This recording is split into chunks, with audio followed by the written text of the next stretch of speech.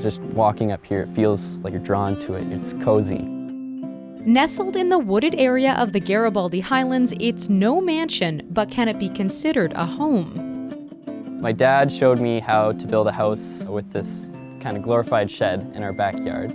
And so that kind of hooked me a little bit, and I've always been into making things with my hands.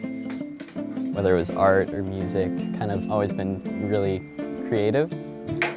This is no ordinary project. This building has become a classroom for Aaron Feicht, a third-year student at Quest University.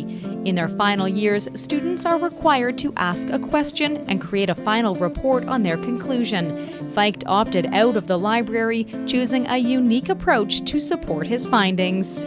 My question is, what is a home? And I thought that the perfect vehicle for that would be to actually construct one.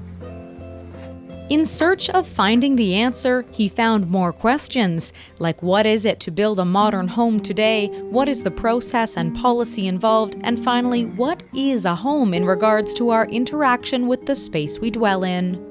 You want to construct a question that's broad enough and has a bunch of different facets to kind of allow you to explore all these different areas and whatever that is. And so it's a question I could explore for the rest of my life, really.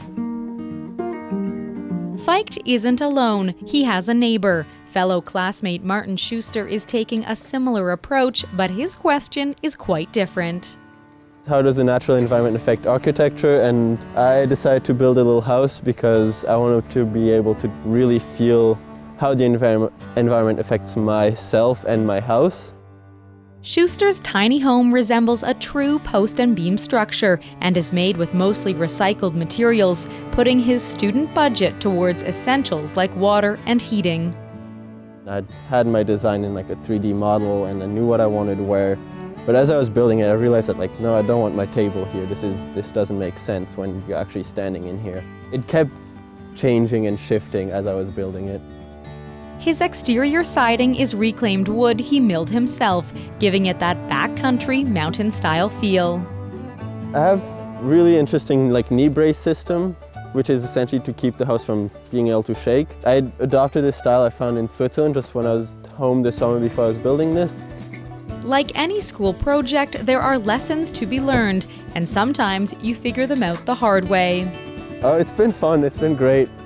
I've had a couple issues with I have propane heating inside, and on the cold days this winter I had my regulator freeze pretty often, and then I didn't have any heat for the coldest days of this winter, and that was pretty painful, but it was fun in a way. I had a little bit of a hiccup because I had a building inspector come, and so that was a bit of a lull in the building process. Those lessons are all part of this process. The students will report their findings next year. However, they both agree their research will never truly be over. That is the beauty of their questions. From Squamish, I'm Heather Butts for Shaw TV.